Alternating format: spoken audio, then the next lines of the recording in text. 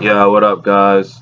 It is PG in this, making my predictions for UFC 248, the main and co-main event we will do.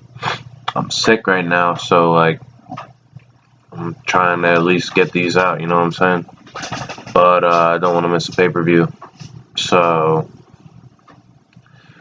the co-main event is Joanna Jędrzejczyk versus Weili Zhang for the strawweight championship of the world. And the main event's going to be Yoel Romero versus Israel Adesanya for the middleweight title. I like the double championship cards the best. Those are the best. And they gave us two of those back-to-back, which is cool because the first pay-per-view of the year, we didn't have any championship fights. We just had Conor. So, with this one, these are, if you look at the middleweight division and the strawweight division, there's not really it doesn't get much scarier in the middleweight division than a fight with Yoel Romero. It doesn't get much scarier in the strawweight division than a fight with Joanna Jędrzejczyk.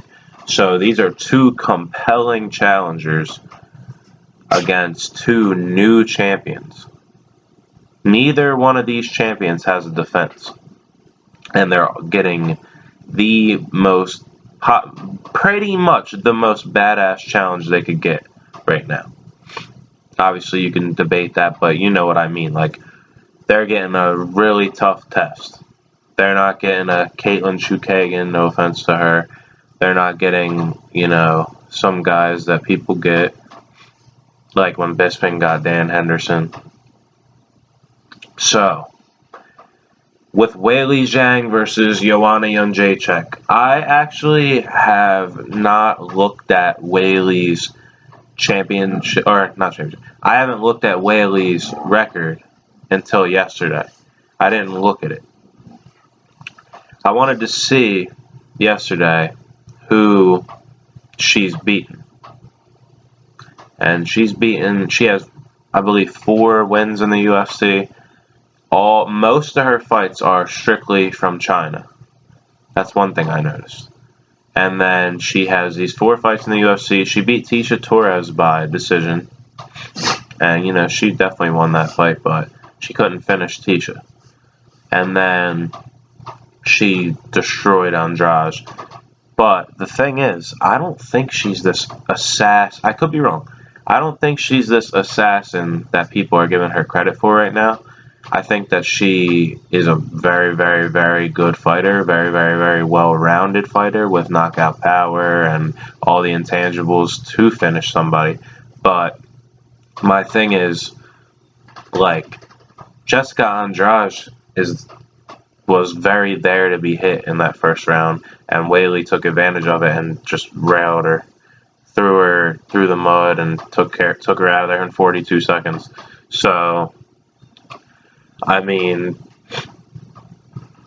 that's good, but the thing is, both Andrade and Tecia Torres have both lost to Joanna Jędrzejczyk as well, and I rewatched the Joanna versus Michelle Waterson fight yesterday. I remember when that fight was live. I was actually in Tennessee. It was pretty cool, though. I hung out and watched it.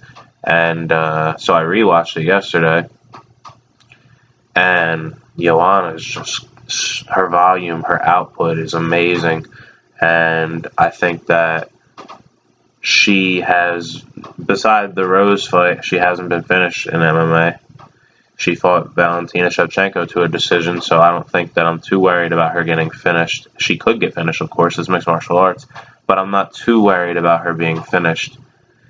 And I think that Joanna cuts her angles well. She throws feints the whole fight. She gives you different looks. She moves her eyes to your feet. No matter where she throws, she'll be looking at your feet while she kicks high. She'll be looking at your feet while she kicks low. You don't know what she's gonna do, and she's a monster, man. She just pours it on. So I have Joanna Jędrzejczyk getting her championship back. And I have it by decision. I have it by unanimous decision. Unanimous decision win for Joanna tomorrow, and she is going to be the strawweight champion again. And I'll be looking forward to her and Rose doing the trilogy if Rose can beat Andrade. That'd be cool. So, Yoel Romero versus Israel Adesanya. Coming into this fight initially, I thought that Yoel would be a huge problem for Israel.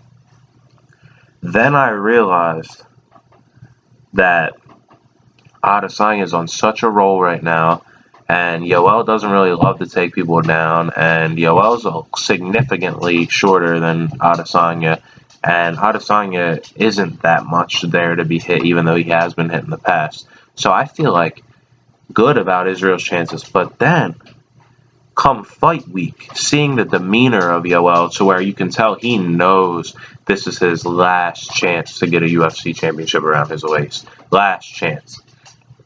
And he looks hungry. And the things that he's saying and the way that he's moving and, you know, just how he's been looking all fight week. And he made weight just like a couple hours ago. It was great. And it's hard to call this fight at this point.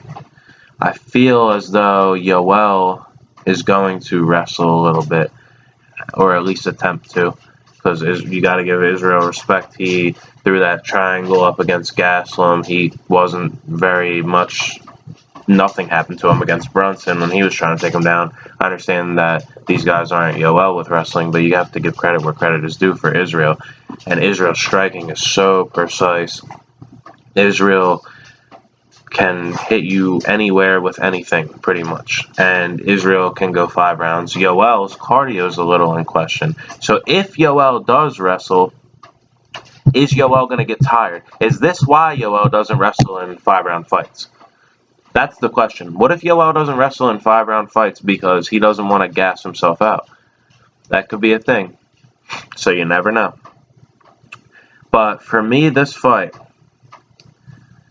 it's hard to call because, you know, Yoel can knock out Israel. Israel could knock out Yoel. You know, either one of them could do something else. Like, I think Yoel has a more likely chance of submitting Israel than Israel does of Yoel, but we've seen Israel throw some crafty submissions up there, and, you know, like, it just feels like that New Zealand, Australia crowd is gaining momentum in the UFC, and Yoel Romero has lost a lot lately. His last win was against Luke Rockhold, I believe.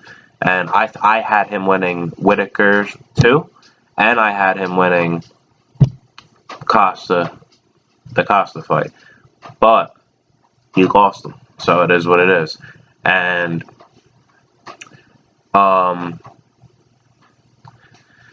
basically, what my pick comes down to is the conditioning, and I'm gonna lean with Adesanya because Adesanya has, in my opinion, the better conditioning, and Adesanya is more well-versed in making himself last throughout fights than Yoel, who explodes and then takes breaks and explodes and takes breaks. Yoel could very well knock him out. Israel could very well knock Yoel out, but the way I see this fight, I think it's going to be a unanimous decision for Israel, but I think that it's going to be like a close unanimous decision, like all 3 judges score at 48-47, or, you know, 2 48-47s, 1 49-46, something close. But those are my picks. I got Israel retaining the middleweight title and setting up for a fight with Paulo Costa, and I have Joanna Jędrzejczyk getting her strap back. So, you know, let's see what happens. Let me know what you guys think. See you later.